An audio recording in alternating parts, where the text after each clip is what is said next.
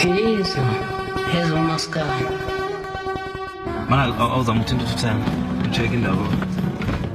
Ukuphi egatsheni? Hayi, ngisesendlini. Okay, mawucabanga uzoba nini ngasemspanini? Estudio. Ngizongena ngoleveni. Okay, hayi ngicabanga ukudlula kuwena lapha sisethe indaba mhlambe yama-date. Check ama-date lapha yabo. Okay. Ya ngizodlula kuwena kodwa nami ngiza ngakhona lapha eSoweto. Ngizobona mhlambe mawuthi kanjani okwazi ngizopick up ngoba ngiyalapha office ngase Joseph FM. Kufanele siqalelene e-office. Kuphela lokungena e-office angithi uyazazi ubone e-office. Yeah, nangibona i-team lizosetshenziswa nayo kule project ya Vodacom. Sisho ukuthi sihambe sahamba nomthandeni. Kwabonakala ukuthi ngoba i-brand isingaka ngeke sikwenze konke. Ezinye izinto idinga ama-PR. Nangendlela kulandela kamaskandi manje kwakufana na before. So sibuka ukuthi iyadingeka intombazana or i-PR noma ngabe kuthiwa yona intombazana ezokwazi ukuthi umthandeni buyimfaka kwamanye ama-channels esingesikwazi thina ukungena ngoshuni wethu.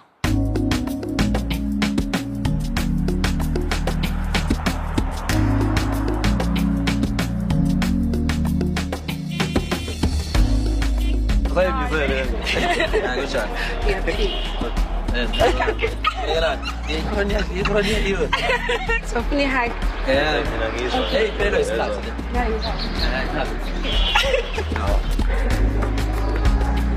Okay, that's this.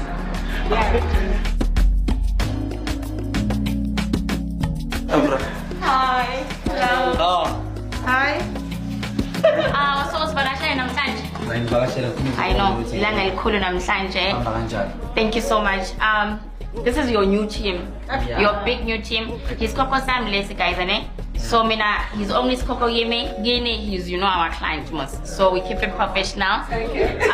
Coco Sinet, this is your first time in the office, ne? I'm gonna show you what you've done. Amanda Wako, your support first of all to me, the team, the family. My name is Paumbewe. I am a brand manager, a PR specialist. What people don't know that Wisdom Mobile Marketing Solutions was born and birthed out of my relationship with Mtandeni. Our main investor in our business, the man who's making all of this possible for us, we all know him, right? His name is Mtandeni Manele. The other one is I say, now we are family, right? Because he's the reason why our families are going to have bread on the table. So my first impression of him was that humble, really cute young boy. And let me stop saying boy, I mean he's like a father, Musnyawazi, my king. So I am looking at him, but he's not desperate. He's very arrogant, but not rude. And it's not even arrogance, it's confidence. I know who I am. I know I possibly need your help, but if you're to take me on, I'm going to also build your brand. Mina ke bafethu ngiyibhinqa yabo. Nginsizwa nje yomzulu ukuthi ngoba namhlanje ngiattenda nina lapha kahle ngifaka mina ngigqoka ugodo nomblessele nebhishu sometimes ngoba kuzongena isama nje ngifaka ibhishu. Yeah, khona ngizoshawa umoya kahle. So my vision with him and what I see, one answer for this one, for a change. I said, you're going to be the first Maskandi artist to own a private jet.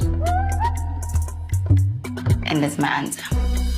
So London Coco is where we're going to be hosting your meetings. One of our meetings are professional, whatever the case might be. Ubuka airport room, in advance, what meetings and who are we meeting. We set up for you. We're able to do your presentation, play your music video if people need to see what we are presenting. And so we've really taken you to the next level. Yeah. And then the nice thing at the back is the host. I team yeah,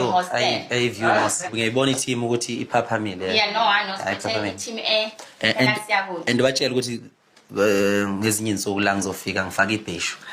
Bengabaleki. No, I'm very impressed. I'm impressed. I-design yalapha ukuhleleka uphela uyazi ukuthi na umthandeni uthandana. So ngibona ku clean, ku right kusendaweni esekhonini kahle. Akunawo futhi ibhizi abantu abangamabhinqa ngoba wenkathi umthandeni kufanayo lapha. So uthi ndaba sekudaleka isiminyaminya nani na. office right noma ke lisazo improve there and there kodwa ngihappy ngendlela esimanga uphela usebenzile uyintombazana ke kodwa vele ekhuthele.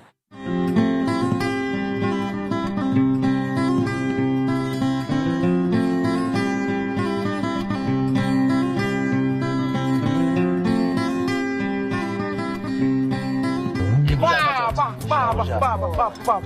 Yaphileka baba. Hawu. Sajabula ukubona mfowethu. Hawu. Yaphileka kodwa futhi. Hawu. Upushe njalo mfowethu, upushe njalo. Hawu siyabonga. Noma behlaba ngapha nangapha mfowethu. Hayi phela ngikubuza unkani. Hawu mfowethu. Awuzwe. Shapo. Kusemabhozeni la istudio sengikho. Ngiye ngimbize ngomalume ngoba ungakandlovu.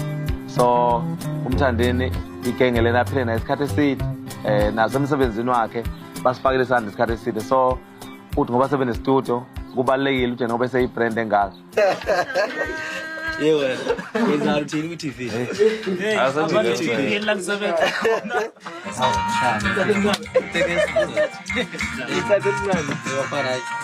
Sengaba namanje into clean.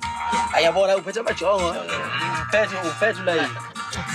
Uyawuthi uphethe amajongo phela acithi. Okay, khawula. Uyaphila bana. Nalesi izwe le ma keyboard. Keyboard. Yeah. JJ. Sharp ke. Sharp ke bafo. Hola. Yona manje waziwa impantula manje. La intwana ke nje. Shaya nenze wani sobolana after mangiqeda le shooting. Awuzwe utshela umshoko ukuthi no hayi kulungile sonke kwami bafethu ungasabi sonke bafethu bona benzani hayi bagade nje bafana bagade ubona ukuthi madala ufuna into enhle kubo ungasabi sonke sibheke lokho into ibehle enzakalayo alright wena umakhwelo uyingonyama iyakhala inkomo emthonjeni Uyazi mfowethu igama lami ngingumaskandi libhalwe ngaphandle einkampanini ezinkulu kangaka. Mfowethu lento mfowethu inhlanhla izimanga emabhinceni ngoba phela konke engikwenza uvele ngiqinisa isithunzi samabhinqa nomuntu omnyama ngithi phakama Zulu. Ukhathi esinye isitolo noma enye inkampani ekhanda impahla. Remember when we started? Yeah. How we started in the beginning? Yeah, I remember that. Yeah, we started here. You started, yeah. Yeah, and then you made this. So, yeah, that was, geez, what, 5 years ago nearly, yeah? Yeah. It's way back. So, that's how we connected when you wore it in a music video and it started selling. Yeah, I remember that. Ngagqoka ibhluku lekhaya ngilithengile njengoba ngilithanda. Ibhluku elalinaphakethe nje amaningi. Lathengwa kakhulu ezitolo leli bhluku. Lathengwa kwaze wafika esigabeni sokuthi abelungu bakakhathi begcine sebenza research ukuthi kwenzakaleni. But now why you choosing me or you choosing me because we are plenty. Yeah, well, remember what happened was when the style started selling and we couldn't work out why it was selling so fast, and then we connected. Bese kuqhamuka enye insizwa shite isebenza kuleyo nkampani. Yathi hayi lo muntu othengisa ilibhluku ngoba lokho kuphuma isitoko nje esiningi izitoko ezingaka ngaye ilibhluku. Igqoke lo muntu lona ungumZulu. Ucula umaskandi. Igama lakhe igcoka menisho. Ngimthandeni.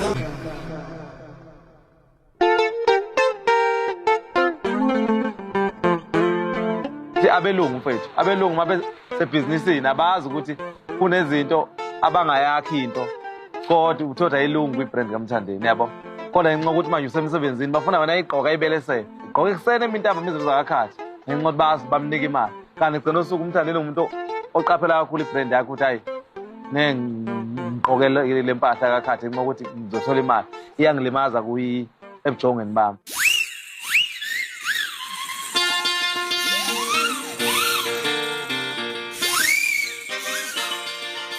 I walked in at Vodacom offices, I presented his entire, I'll call it a business structure because that's what I speak, right? And I showed Vodacom that, you know how Orlando Pirates has branches, 999, they have meetings the same way that the political parties have this brand has the same legs, and we can spread them, you know, and it's up to us to actually zoom in into it, expand it, and take it beyond what it is. Little did I notice, in that, I was discovering myself. I was finding myself. I'm Jacques. I run the insurance business for Vodacom. Nice to meet you, Jacques. I'm Tandini Sbusiso Manele. This is my colleague also, Simkiwa Masondo. He's from KZN. I'm playing guitar, Kamaskandi music. I'm the director of MMP and Wisdom mobile company. We're looking at insurance across both the short-term insurance as well as the life and funeral side. Remember, in Maskandi's traditional music, but he is trying to break the boundaries for the Maskandi traditional aspect. Uphele kule deal Vodacom ngoba uyena oheda izinto ezinjengalezo. Ayiphele uyistrike kakhulu phela. Uyintombazana ekhuthele, uyintombazana kusifana na umthandeni uphela kakholwa ukuthi khonto engamhluli. Uphela kukho lapha athi yena ngiyanqena lapha.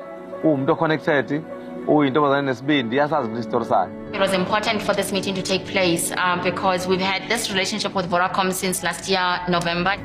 Just make it a tool that is very easy. Because you find it's from KZN mostly, so there's some in deep rural areas. So you have to make sure that you introduce the tool that will be easy to access those products. Yeah. It's because we can't say we have numbers, but when the project is here, his friend he can access that project. You understand? Ngoba abalandeli bamaskandi, especially bakamthandeni, banalento ukuthi bafuna ukwazi ukuthi lento mabeyisupport le mali yakumthandeni ngempela. So umthandeni ufuna thola indlela yokukwethula kahle kubalandeli nangendlela ukuthi kuzosebenza kanjani ukuze lento igcine usuku isebenze. Uyabona ke namhlanje lapha ngivakashelwe izinsizwa elinye lamabutho leli elisuka kwaZulu Natal lizongotha njengenkosi yomaskandi noma njengenkosi yamajongo. Bafisa ukuzobona emzini wami lapha engihlala khona njengesigodlo bese bethola nolwazi noma befunda ngempilo ukuthi igcokamelisha ngoba selithandwa umhlaba wonke namhlanje ngabe umlando walo umi kanjani lisukaphi nempilo. Ngiyayithatha ke lezi insizwa ngiyikhombisa ehostel eFosrolas lapha engangihlala khona. Ngangihlala eD /5. Ma is sishela ngishayis is rubeli.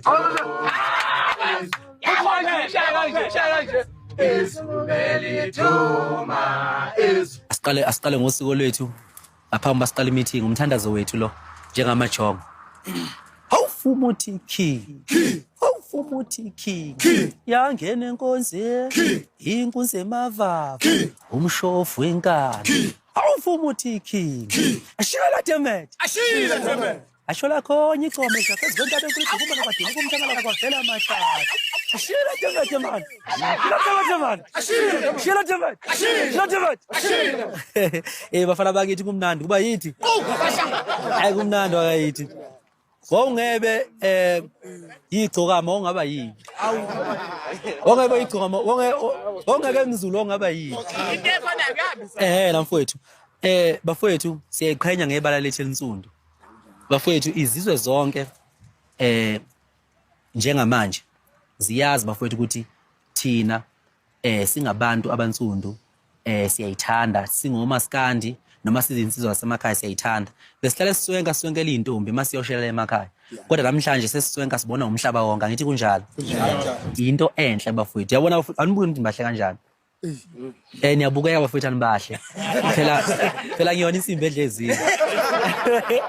Yeah, niyabona ukuthi nibukeka kanjani bafowethu. Niumele bafowethu umaskandi noma siumele umaskandi nami ngikwenza bafowethu niyangikhuthaza. So bafowethu ke namhlanje ngifuna siyobona insizwa emahostela sibone nje insizwa ngoba okubalekile njoba ngiyigcoka abantu abaningi badumisa ukuthi ngiyayitshela.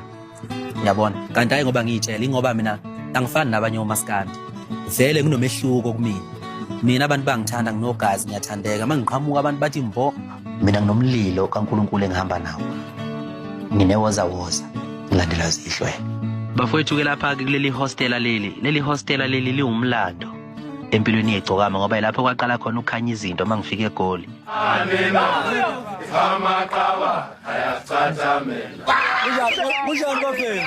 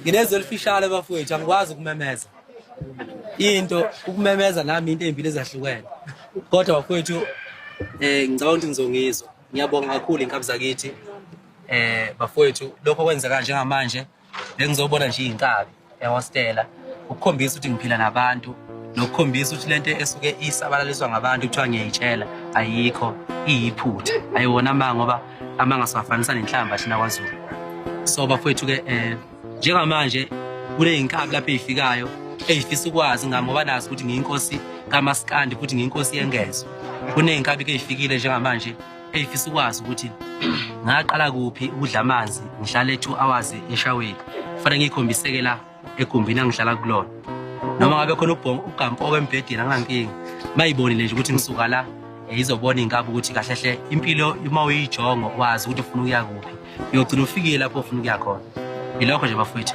anginingi ngiyabonga kakhulu inkabi ngizoyidala iplan ukuthi inkabi sale ijabula ngoba ngisaphuthuma kwamanye amahostela ngiyobona ezinye insizwa ngoba niyazi bafowethu ukuthi ngumuntu wabantu kahle ngumuntu womhlaba wonke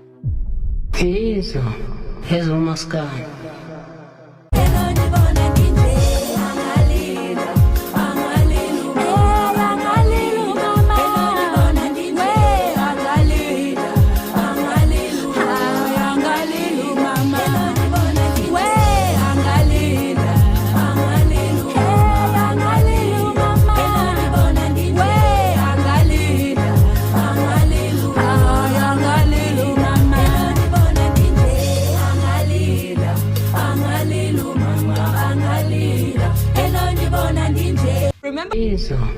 hezo maskandi noma mhlambe okunye yena ke khona yena ke ngoba sabile yena ke wahambise lapha wawumbuza imibuzo eminingi ngoba ngizosongikuthene nesitolo phela umsebenzi ya sokuhla ngithatha umhlala phansi 2 umuntu yezwa 2 amakesi bese kuba ngizodla 2 futhi hambise lapha sesitahla lezandaba ya ngoba ngiyaphuthuma awuzwe yabona inkabi bengihlala la sehostela iForce Rollers eMasuri ngisuke eThekwini ngalokhiphi ialbum yokuqala ethi sibiza abadlwana ngafikela la sasilala sibo 7 la ekamerweni neyinkabi sabe sasuka naseThekwini niyazazi zonke amasosha ngenxa incindezi ke bafowethu ngoba bengithi mangikhona la thothi ngicashile ekhonini lapha uyabona kufika abantu lapha bethi igcoka amathwala la ngiphiko kuthiwa ngikho uyabona abale ncindezi bafowethu nami ngalinda ukuthi kuze ucaca amadlela ahlaza ngase ngiphuma ngesilungwini yabo lapha sengiciphe ngakhona kodwa nje imvelaphi yami ngisuke eThekwini ila ya sasihlala phansi kwesihlahla sidla ushameni nomshovu nophula mngoma la nophula vivi phansi kwalesihlahla kunjalo nkabi yami ludu ukhala kuphela umphako asingene sibone ngaphakathi wenkabi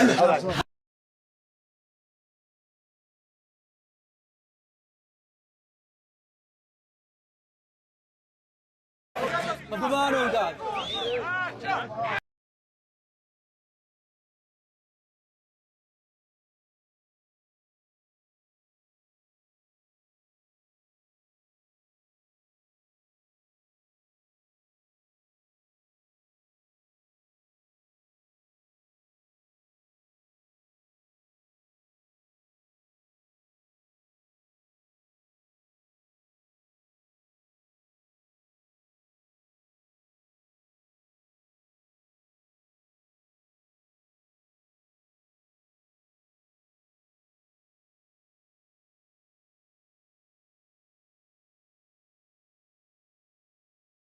Hayi mfowethu baba siyabonga ndoda bese ngizokusupport nje nkabi yami njengenkabi yakithi ezamayo esebenzayo ngesupport nkabi yami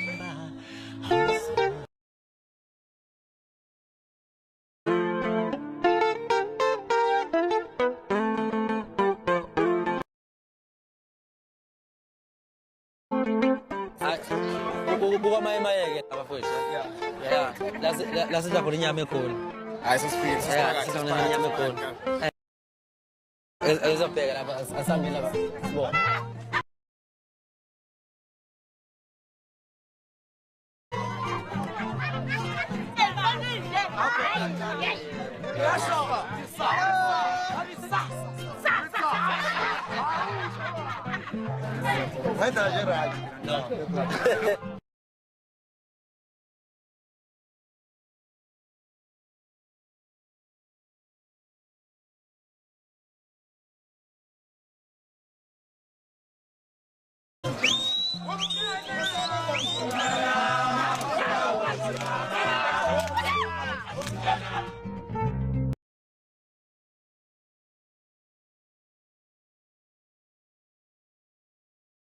sonke lesikhathi noma yonke leminyaka nikholelwa kumina abafowethu umcindezelwa ngivinjwa ngandlela zonke bekwenzeka ngazo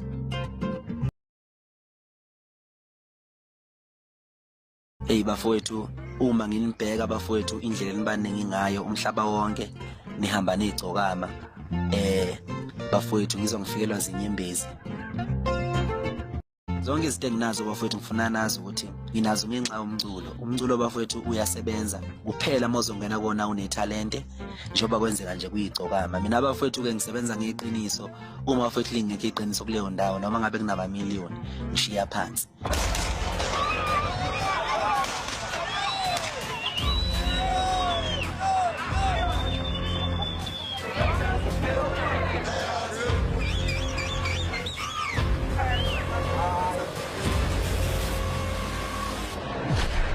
ngabe wawuqonda ukuthini kimi mawuthi kimi ngizoqedela uma wakho ma ufanele ngikhulume ngodaba lwakho